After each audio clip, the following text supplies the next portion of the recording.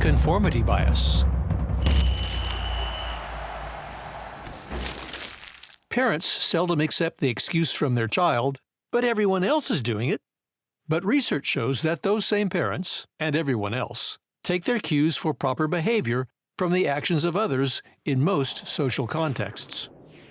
This peer pressure is what ethicists call the conformity bias.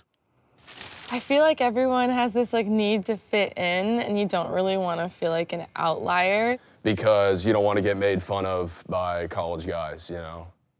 Research shows that we are more likely to judge an action as moral or immoral if those around us judge it to be so than if we're deciding on our own. And we are more likely to do a moral or immoral act if those around us are doing it too. For example, we are more likely to speed if drivers around us are speeding, and to cheat on exams if we think that other students are cheating too. Studies show that the more common we think immoral behavior is, the more likely we are to also engage in it. I have classes where there's 100 people who are in the class, but 15 show up, and you're like, oh, well, maybe I don't have to show up either. When a teacher, if I'm in a group and my group agrees, says that that's the answer, sometimes I'll just say, yeah, that's the answer. That's conformity bias, right?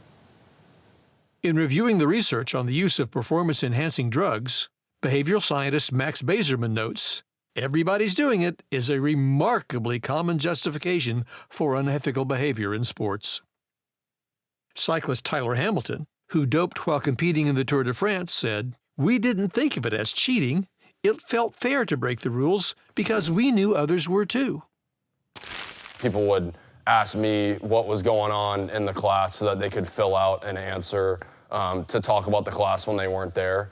You would lose your teammates' trust if you didn't do that, and you had to fit into the mold. Okay, if they're doing this, I might not necessarily agree with it, but you kind of reason with yourself and convince yourself that it's the right thing to do. You know, being 18 years old, you don't always know who you are, and you're coming into a new team. You want to be able to find friends and fit in with them. Resisting the pressure to conform can be challenging, especially if we are new to a team or an organization. We want to establish that we belong. No one wants to be relegated to the sidelines or kicked out of the club. But being on the team comes with pressure to follow the unspoken code, where rule number 1 is, no matter what, have your teammates' backs. This can be tricky territory. While most of us value loyalty as an important virtue, it should never override our moral sense. It is easier to, kind of go over to the side of, cheating and being unethical if that's the culture of your program. In a team environment, you can either bring each other up or you can bring each other down with what you choose to do. Sometimes we suffer from a collective illusion where we follow what we mistakenly believe is our group's majority view.